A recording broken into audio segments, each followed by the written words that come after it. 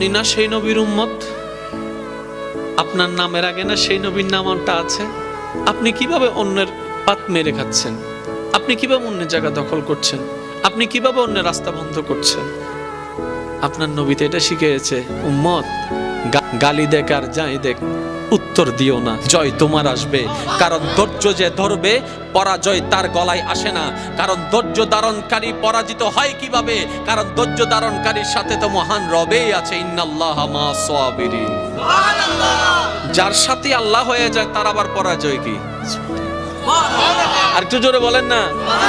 যার সাথে আল্লাহ হয়ে যায় তার আবার পরাজয় কি? আল্লাহ বলছেন ইন্নাল্লাহ, আয়াতটা সবাই জানে, একটু চলেন গভীরে যাওয়ার চেষ্টা করি।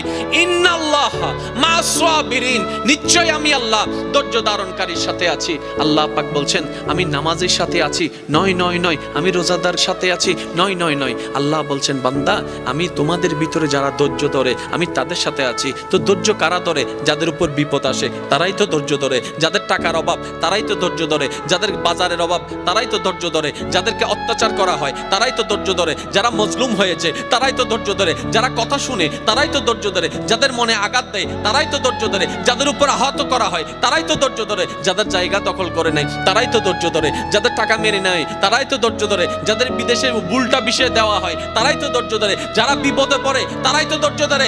তার মানে কি প্রত্যেকটা বিপদে থাকা বান্দা একটা সুযোগ চলে আসে, এটা বিপদ নয়, এটা নিয়ামত। কেমন?